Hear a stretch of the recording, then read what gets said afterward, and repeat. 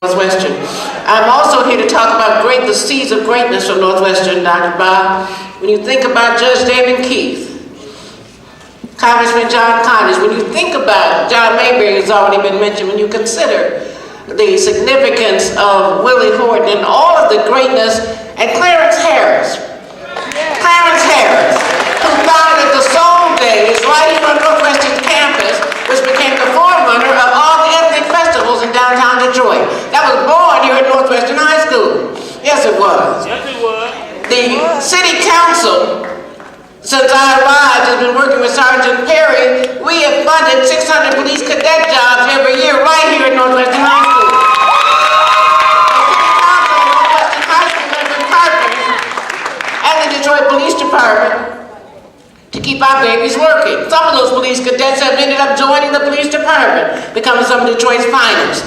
It's been wonderful working with Northwestern High School. And when you consider that this is also an evening where there will be some discussion about Malcolm X Academy.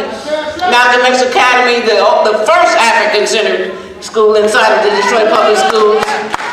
Dr. Clifford Watson, our hero, founder, laid the foundation for Africans. When young people know who they are, where they've come from, they excel.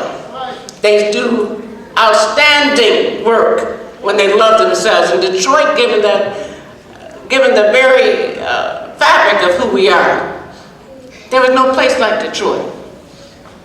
The shrine of the Black Madonna, the significance of the Nation of Islam. Dr. Martin Luther King first said, "I have a dream" on the streets of Detroit, before he said it in Washington, D.C. There's something special about Detroit.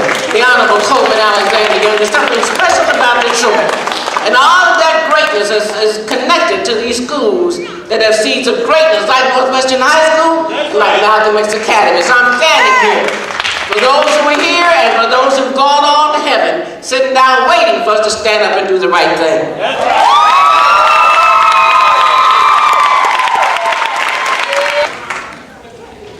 I'm Ron Scott, class of summer of 1965.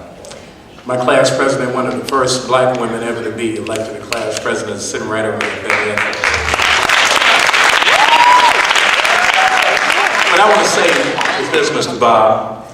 In that same year, 1965, February, Malcolm X, Al-Hajj Malik al-Shabazz, was shot down and killed in New York. He spoke over at King Solomon Baptist Church not too long before that. And he said, "Don't suffer peacefully. Don't let them think that when they put Novocaine on your brain that you have to suffer." I want to say to the alumni of Northwestern here, when we graduated as the children of transition, revolution, and transformation, and we ain't going back. I want to say furthermore, let's be for real right here, Mr. Bob. Let's be for real. Don't tell my classmates that we have a limited time in our house. You have a limited time in our house. I don't care whether it's Jim Thompson, and I worked on Governor Granholm's campaign. I worked for her before she started working against us. And the deal of it is whether it's Jim Thompson, Kresge Foundation, or any of the other people who suddenly have found their way back into the black community and think that they're going to leave us here and kick us out, I ain't picking cotton, I ain't going back. Let's say what time it really is in the city. Some people think that they can take Detroit away from my mother who scrubbed floors for white folks. They think they can take the old West Side when the Ku Klux Klan were over there right around Hartford Baptist Church. Hartford Baptist Church built the UAW. This is the same people out here, and we will stand up, we will not sit down, we will fight, we will scrap, we will do whatever is necessary, and we are not afraid.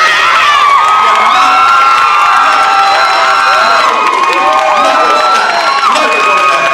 And I ain't just talking rhetoric, I'm saying the deal of it is, when you go to a bear fight, you better be the bear. And I'm willing to fight till the last tooth is here. And I'm saying this school will be here. This school will be here if we have to tie ourselves to the doors, if we have to take you to court, if we have to say we get restraining orders, whatever is necessary, we will do it.